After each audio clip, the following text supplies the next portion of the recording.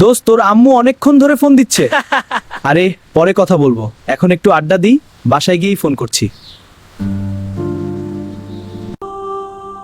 বাবা সারাদিন তোকে দেখেনি, শুধু একবার তোর কণ্ঠটা শুনতে ইচ্ছে করছিল।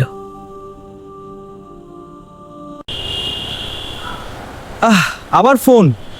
বাসায় গিয়েই তো কথা বলবো, এখন ফোন ধরলে আড্ডাটাই নষ্ট হয়ে যাবে। হে আল্লাহ, আমার ছেলেটাকে সব সময় ভালো রাখবেন।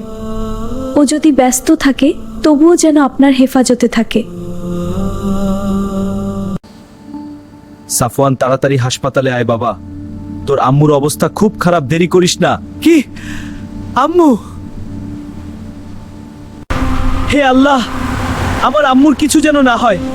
আমি শুধু একবার তার সাথে কথা বলতে চাই, প্লিজ আমাকে আরেকটা সুযোগ দিন। আম্মু, আমি চলে এসেছি, আপনি চোখ খুলুন।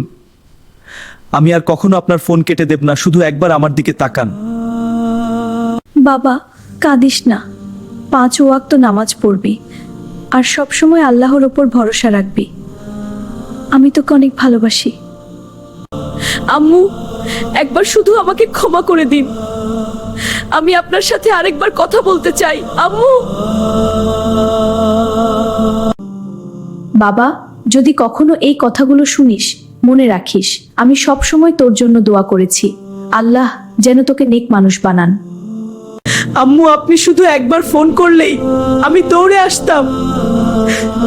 কেন আমি বুঝতে পারলাম না আপনার সময় এত কম ছিল। আম্মু, আজ আপনার ফোনটা আমার কাছে আছে, কিন্তু আপনি আর ফোন করবেন না। এই কষ্ট নিয়ে আমাকে সারা জীবন বাঁচতে হবে। হে আল্লাহ, আমার আম্মুকে জান্নাতুল ফিরদাউস দান করুন। আজ থেকে আমি আপনার প্রতিটি হুকুম মানার চেষ্টা করব। বিসমিল্লাহির রহমানির রহিম।